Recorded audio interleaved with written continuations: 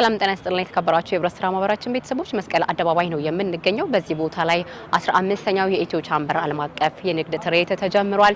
የትርኢት የኢትዮጵያ የንግድና ዘርፍ ማህበራት ከኢፌዴሪ የንግድና ቀጠናዊ ትስስር ሚኒስቴር ጋር በመሆን የኢትዮጵያን ይግዙ በኢትዮጵያ ኢንቨስት ያድርጉ በሚል መሪ ቃል ከጥር 27 እስከ የካቲት 1 ቀን በዚህ በመስቀል አደባባይ የሚቆይ ነው የሚሆነው። እውነቱን አስመልክቶ ከኢትዮጵያ የንግድና የዘርፍ ማህበራት ምክር ቤት ዋና ጸሐፊ ዶክተር ቀነኒሳ ለሚ ጋር ቆይታ አድርገናል። ተከታተሉ።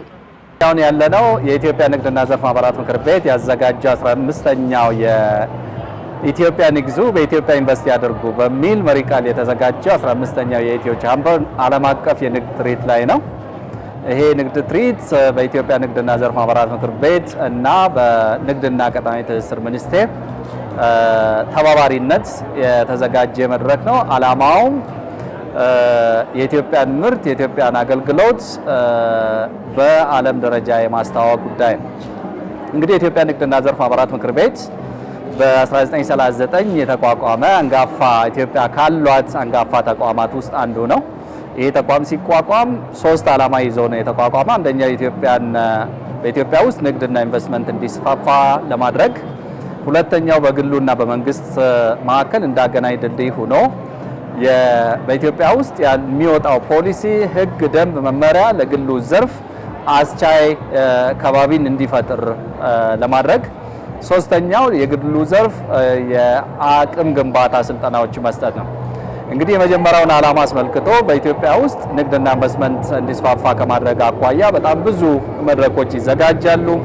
በኢትዮጵያ ውስጥ ከኢትዮጵያም ውጪ ነጋዴዎች ወጥተው የኢትዮጵያን ምርት የኢትዮጵያን አገልግሎት እንዲያስተዋውቁ እናደርጋለን። በሀገር ውስጥ ደግሞ እንደዚህ አይነት መድረኮችን ላለፉት 14 ተከታታይ ዓመታት አዘጋጅተናል። አሁን 15ኛው የኢትዮ ቻምበር ኢንተርናሽናል ትሬድ ፌር አዘጋጅተን በኢትዮጵያ ወደ 350 የሚደርሱ ተቋማት ከኢትዮጵያ ውጪ ደግሞ ወደ 50 ተቋማት ከ15 ሀገራት የተውጣጡ የራሳቸው ምርት የራሳቸውን አገልግሎቶች እያስተዋወቁ ይገኛሉ። አዋጭ ከዚህ በፊትም ምናልባት በአዋጭ ተገኝቼ ምርምርም አካሂጄ አዋጭ ምን እንደሚሰራ ምን አይነት የተዋጣለት ተቋም እንደሆነ ለማየት ችያለሁ። እንግዲህ አዋጭ በአዲስ አበባም ከአዲስ አበባም ውጪ ተአምር የሚባል ስራ እየሰራ ነው። በተለይ የገንዘብ አክሰስ የብድር አክሰስ ለሌላቸው አነስተኛ ገቢ ላላቸው ተቋማት ቆጥበው የቁጠባ ባህልን አበረታተው ሲቆጥቡ ደግሞ ብድር በመስጠት የብዙዎቹን ሕይወት የቀየረ ተቋም ነው። አሁን በዚህኛውም ደግሞ ሲሳተፍ የቁጠባ ባህላቸውን እንዲያዳብሩ ፕላስ አዋጭ የሚሰጣቸውን አገልግሎቶች የብድር አገልግሎቶች ሌሎችም የስልጠናና ተያያዥ አገልግሎቶችን እንዲጠቀሙ ለብዙ የቢዝነስ ተቋማት ራሱን እያስተዋወቀ ይገኛል።